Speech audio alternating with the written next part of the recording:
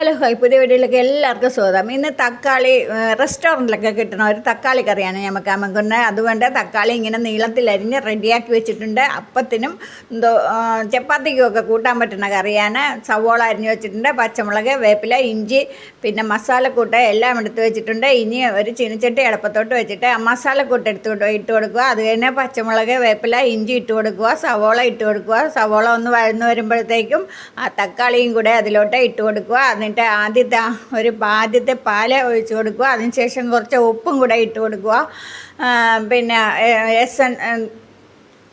Soya സോസാണ് ഞാൻ ഒഴിച്ച് കൊടുത്തിരിക്കുന്നത്. പിന്നെ അത് തക്കാളി തിളച്ച് റെഡിയായി വരുമ്പോൾ ആദ്യത്തെ പാലും കൂടെ ഒഴിച്ച് കൊടുക്കുക.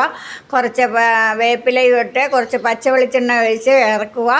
നല്ല സൂപ്പർ കറിയാണ്. എല്ലാവരും ഒന്ന് ട്രൈ ചെയ്ത് നോക്കണം കേട്ടോ. ഈ കറി കൂട്ടി നമുക്ക് എത്ര ചോറ് വേണമെങ്കിലും ഉണ്ണാൻ പറ്റും. അപ്പോൾ എൻ്റെ വീഡിയോ ഇഷ്ടമായാൽ ഒന്ന്